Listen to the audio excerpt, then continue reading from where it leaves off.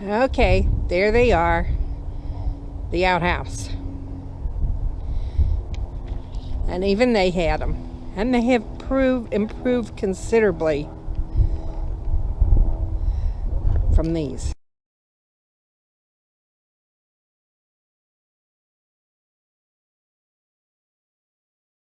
This is the Blacksmith, and I'm choosing to do the picture this way because I'd be shooting into the sun.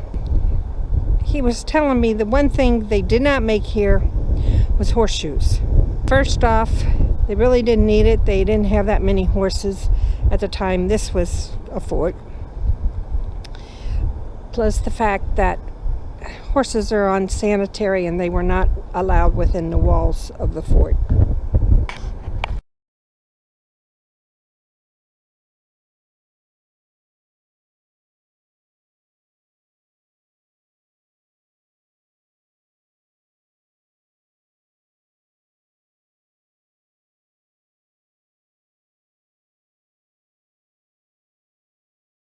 Here is the bakehouse.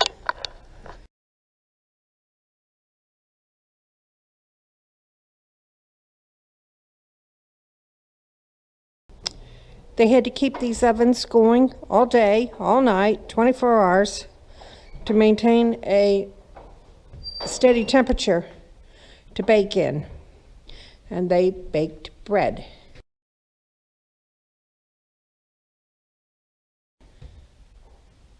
Now I think the bottom part there probably stored the wood. It doesn't look like it has any black in it. But these were definitely ovens. And they had to bake for the entire post.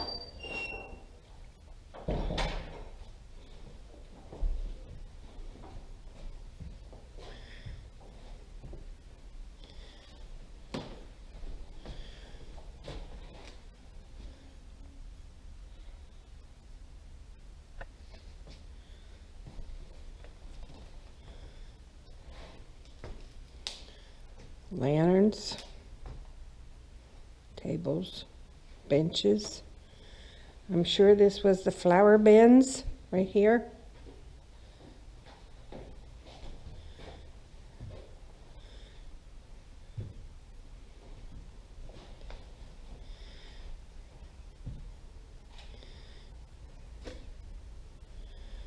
The employees at Fort Vancouver received a daily ration of 1.5 pounds of biscuits when potatoes were unavailable. And the biscuits were the lowest quality and also known as hardtack. Just the name tells you what they were like. This half of the building. This was the surgeon's quarters. Family lived upstairs. And this was also the post hospital. Yeah, maybe that helps a little bit from the sun. This is the post surgeon's house. And most of the working class employees lived outside the fort. But he lived in here.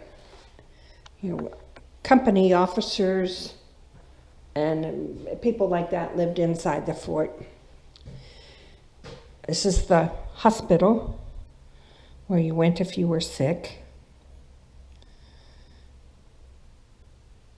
Hard to see.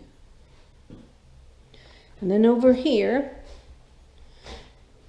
is his office and surgery. And yes, they did do a lot of surgery, primarily cutting off legs and arms and things like that. Not the kind of surgery we think of when you're thinking of surgery. I mean, they just didn't have the knowledge then. This is the Indian trade store, and they would come in with their goods to trade, and they traded for beads. And as you can see, there's lots of beads there. Made out of glass in Italy. Okay. Thank you. And a lot of trade goods here that they would trade for. Materials. They would want materials. And for those of you who don't know, these are Hudson Bay blankets. And they're wool blankets. And yes, Hudson Bay still sells these blankets.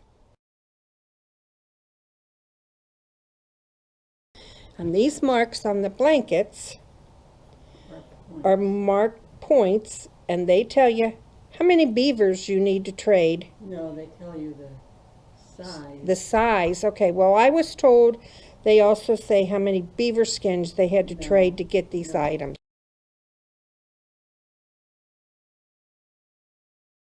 This is the size of the blanket. More points you have, the bigger the blanket. And I don't think I've ever seen any bigger than 4. Now, here, I have a 6. you have a 6. Wow.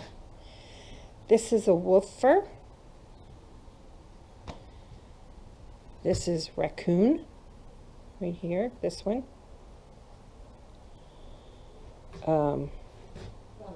Fox. River otter. And this big fat round one, that's beaver. And that was actually one of the things that was really mostly wanted for beaver top hats.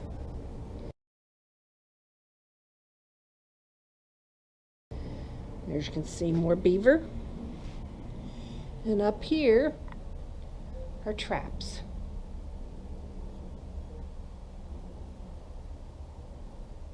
Sure don't want to step on one of those.